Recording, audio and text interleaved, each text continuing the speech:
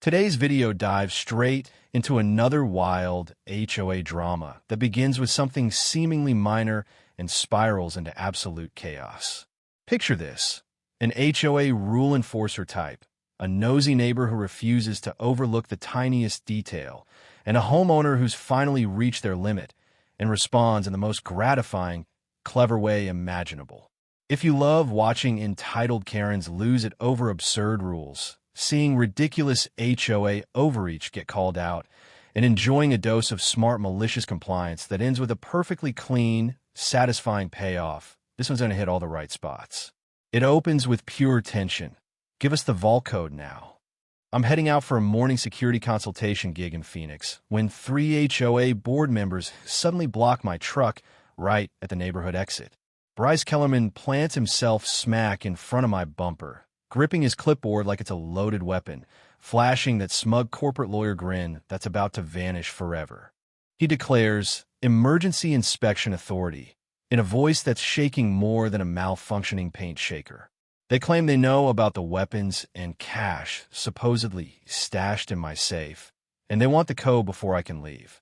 It's beautiful in its absurdity. 15 years defusing live bombs in Afghanistan, and this strip mall wannabe dictator thinks he can corner me like some random crook. My diesel engine just idles while I step out, boots hitting the pavement with that final no-nonsense thud. I lean casually against my truck, calm as a fresh cup of morning coffee, and point out the obvious. "You're blocking my exit, Bryce. That's false imprisonment." His face drains whiter than fresh hospital linens. But what really unfolds next? Nobody saw it coming, especially not the FBI. What would you do if HOA goons blocked your way out and demanded access to your personal safe? Drop your state in the comments below. This revenge tale is next level insane. Let me rewind and lay out how a decorated Army veteran ended up in this extortion mess courtesy of a clipboard-wielding discount Mussolini. My name's Spencer Thornfield. 15 years in the military as an explosives ordnance disposal specialist. The guys who turn live ordnance into harmless paperweights. 2 tours in Afghanistan. Came home intact, with enough combat-honed instincts to spot trouble from miles away. 3 years ago, I bought a corner lot ranch in Willowbrook Estates, Arizona, chasing the quiet life every vet dreams of: peace, solitude, and neighbors who stay in their own lane. Big miscalculation. The place looked ideal on paper. 47 homes in a middle-class gated community built between 2015 and 2018, marketed as low-maintenance paradise for professionals. HOA fees started at a reasonable $50 a month for pool upkeep, landscaping, and handling the usual petty complaints. Then Bryce Kellerman rolled in from California like a sleazy salesman who'd just discovered the art of legal shakedowns. This bottom-feeder real estate lawyer moved in 18 months ago, ran for HOA president on promises of elevated property values through enhanced community standards. His wife Stephanie took over the new Architectural Compliance Committee, basically code for ruler-measuring grass blades and snapping pics of slightly off-kilter house numbers. Within half a year, fees ballooned to $275 monthly under the banner of enhanced services. I paid up quietly, kept my head down, built my freelance security consulting business, high-clearance corporate gigs, traveled to Phoenix and Tucson, solid income for a guy who just wanted coffee on the porch and weekend truck tinkering in peace. Then some genius neighbor decided my legal gun safe made me suspicious. An anonymous tip flooded the HOA and local police with claims I was running a weapons trafficking ring out of my garage, complete with military equipment sightings and large cash deals. Police investigated for 4 hours flat. Detective Ray Martinez, a former Marine, reviewed my paperwork, shook his head, and shut it down with a professional courtesy. "Brother, some folks watch too much TV." But Kellerman treated that closed file like fresh blood in the water. Emergency Inspection Authority became his go-to mantra. My corner lot suddenly needed monthly compliance checks. My travel looked like suspicious departure patterns. My plain beige F-150 was allegedly intimidating children with its aggressive military aesthetic. They actually tried framing my pickup as a tank threat. So there I was, trapped at the exit at dawn, watching a $50,000 contract slip away because 3 grown men thought clipboards gave them sheriff powers. Community weapons policy violation. Kellerman announced like he was reading rights to a terrorist. Immediate safe inspection before exit privileges are restored. Total nonsense. Our 73-page governing docs had 0 weapons policy, no inspection rights, no emergency powers beyond calling real authorities for real emergencies. This was targeted harassment, dressed up as procedure. An 82-year-old neighbor, Dolores Ramirez, shuffled over with her watering can trembling in arthritic hands, sharper than any commando blade and madder than a hornet. She whispered how they'd ruined the Henderson family, a military couple with twins, harassing them for 8 months until they sold $30,000 under market. Labeled them security threats.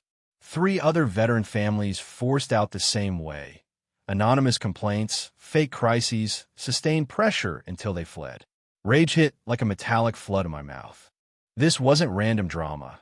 It was systematic targeting of vets, assuming we'd salute corrupt authority without pushback. I looked at Dolores, then at Kellerman's blockade, then back at my prime corner lot, rarer than an honest politician in that development. That's when the switch flipped. Military mindset, engaged. The harassment ramped up fast. 3 days later, I returned from a jog to find 3 pro-grade security cameras aimed straight at my property like sniper rifles, red lights blinking in the desert dawn. Routine safety enhancement, Kellerman explained when confronted, clutching his clipboard like body armor.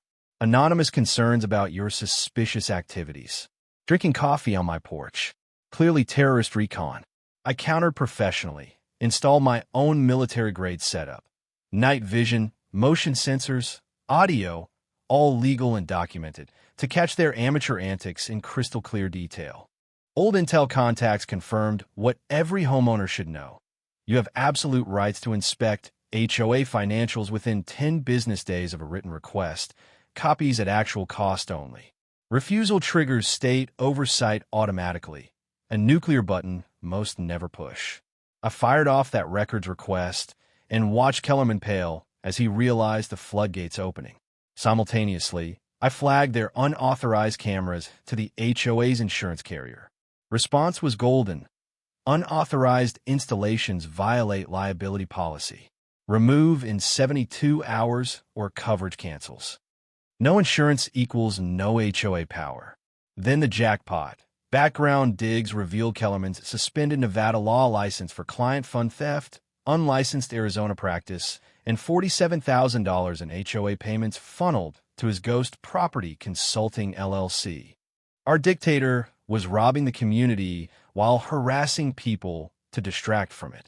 With help from retired teacher Janet Holbrook, 3 decades battling bureaucracy, and neighbor testimony, we build an airtight case.